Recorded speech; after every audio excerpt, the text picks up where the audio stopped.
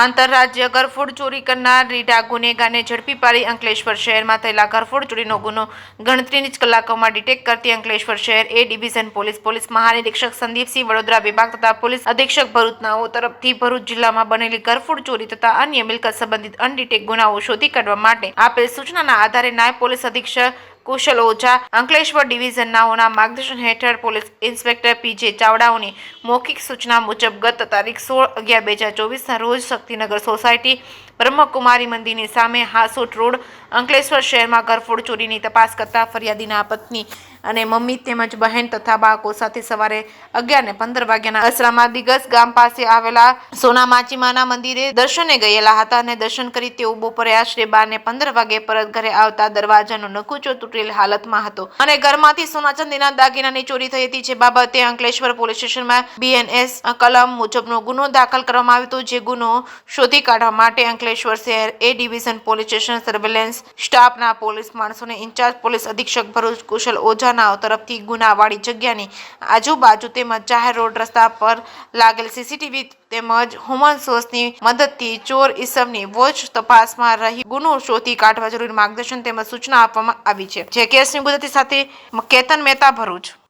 જિલ્લાના અંકલેશ્વર એ division police સ્ટેશનમાં ગત 16/11/2024ના રોજ દિવસના દરમિયાન એક ઘરફોડ ચોરીનો ગુનો બનેલો હતો, જેમાં હમણાં જે ફરિયાદી છે એ કલાક માટે જ ઘરની બહાર ગયેલા હતા। એ દરમિયાન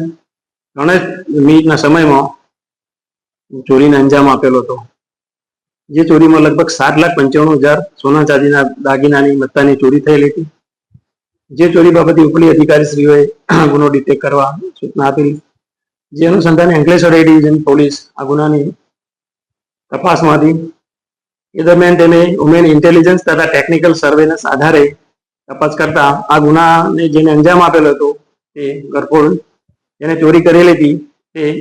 તોમતદાર જીમી ઉર્ફે દીપક બિપિનભાઈ શર્મા,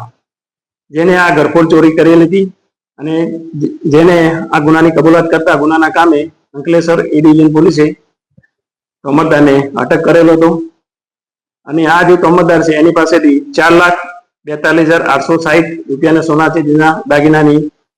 રિકવરી પણ કરવામાં આવેલ છે। આ જે ઘરફોડ ચોરી કરનાર જે તોમતદાર છે એને અગાઉ ગુજરાત, મહારાષ્ટ્ર, હરિયાણા અને રાજસ્થાન રાજ્યમાં મળીને કુલ લગભગ 58 જેટલા ઘરફોડ ચોરીના ગુનાઓ એને કરેલ છે। આ ઉપરાંત આ જે ચોર છે દિવસ દરમિયાન જે સોસાયટી હોય તેમાં મોટરસાયકલથી ફરતો હતો અને કોર્નરના મકાન હોય તથા ફ્લેટ હોય એમાં પણ કોઈ કોર્નર ના હોય એની રેકી કરી અને ઘરફોડ ચોરીને અંજામ આપતો હતો। આમ આ ગુનાના કામે અંકલેશ્વર એ ડિવિઝનના PS શ્રી બીજી ચાવડા તથા તેમના ટીમના